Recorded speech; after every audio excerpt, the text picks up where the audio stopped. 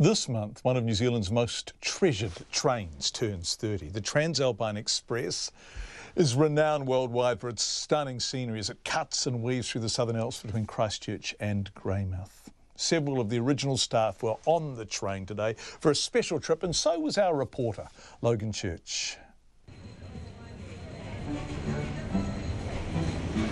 Welcomed by a string quartet at Addington Station in Christchurch, the men and women who had a vision for a single Alpine rail service boarded the Tranz Alpine Express for a special trip to Greymouth. Among them was the train's first manager, Bob Ewing. We were as green as grass. On the first day, everything went right on the day.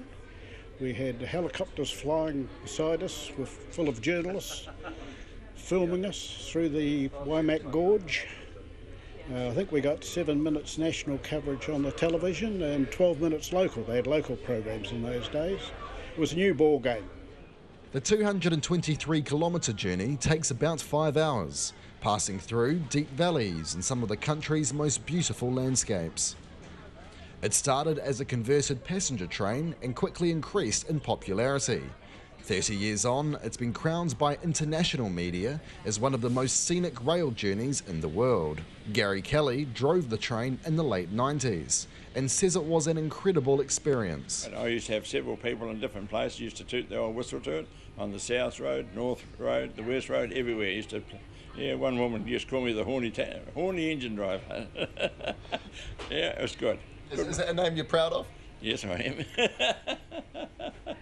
Yes, no, I thoroughly enjoyed it. Yeah, made a lot of friends. Yeah, made a lot of friends.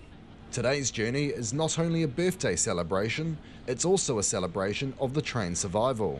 Earlier this year, the train was forced out of action for several weeks after a fire tore through some of the track, bridges and signal systems near Springfield. But the route was repaired, and as the train started climbing into the Southern Alps today, I spoke to the man who's responsible for the original vision, John Bennett. He says it wasn't easy to establish the service.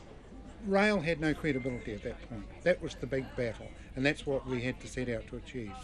What we really wanted was to make sure the Tranz Alpine was something that visitors to Christchurch would use, and that's really what's happened.